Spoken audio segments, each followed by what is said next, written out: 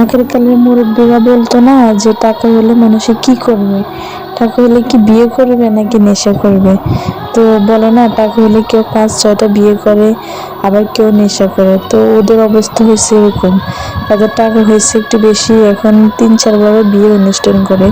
তো তাদের বেলাটা হলো অন্যরকম, তারা একজনকে 3-4 বিয়ে করে, মানে ওনাদের টাকা অনেক বেশি।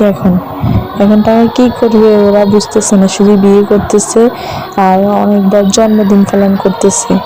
একবার হাজবেন্ডের জন্মদিন পালন করে, একবার বউয়ের জন্মদিন পালন করে, একবার মেয়ের জন্মদিন পালন করে, মানে ওদের টাকা এখন কি করবে।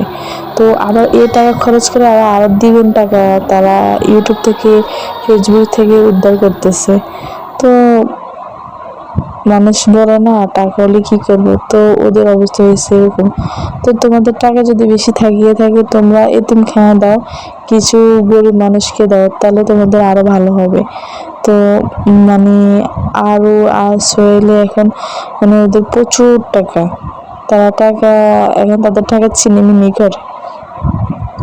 তাই তারা এই যে 2-3 বার গায়ে হলুদ করে, আবার এই মেহেন্দি করে, মেহেন্দির অনুষ্ঠান করে, তারপরে মানে বিয়ের অনুষ্ঠান করে, বউ ভাতের অনুষ্ঠান করে।